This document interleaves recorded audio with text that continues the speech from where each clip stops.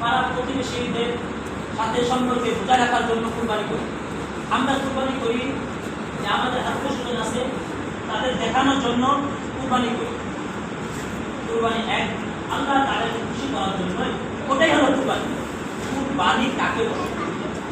কুরবানি কাকে বলে এই শব্দটা যদি আমরা না জানি, এটার মর্ম যদি আমরা না বুঝি, এটার হাকিকত যদি আমরা না বুঝি, তাহলে আমার জন্য আপনাদের জন্য কুরবানি বাস্তবায়ন করার জন্য করা পক্ষে সম্ভব না।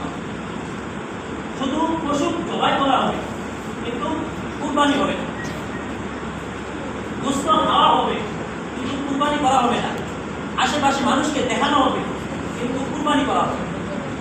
আল্লাহ তাআলা হাবিব হযরত ইব্রাহিম, ওনাকে আল্লাহ তাআলা সংবাদ দেন স্বপ্নের মাধ্যমে যে তোমার প্রিয়জনকে তুমি কুরবানি করো, তুমি তোমার আত্মার ভালোবাসা যাকে বেশি তাকে তুমি কুরবানি করো।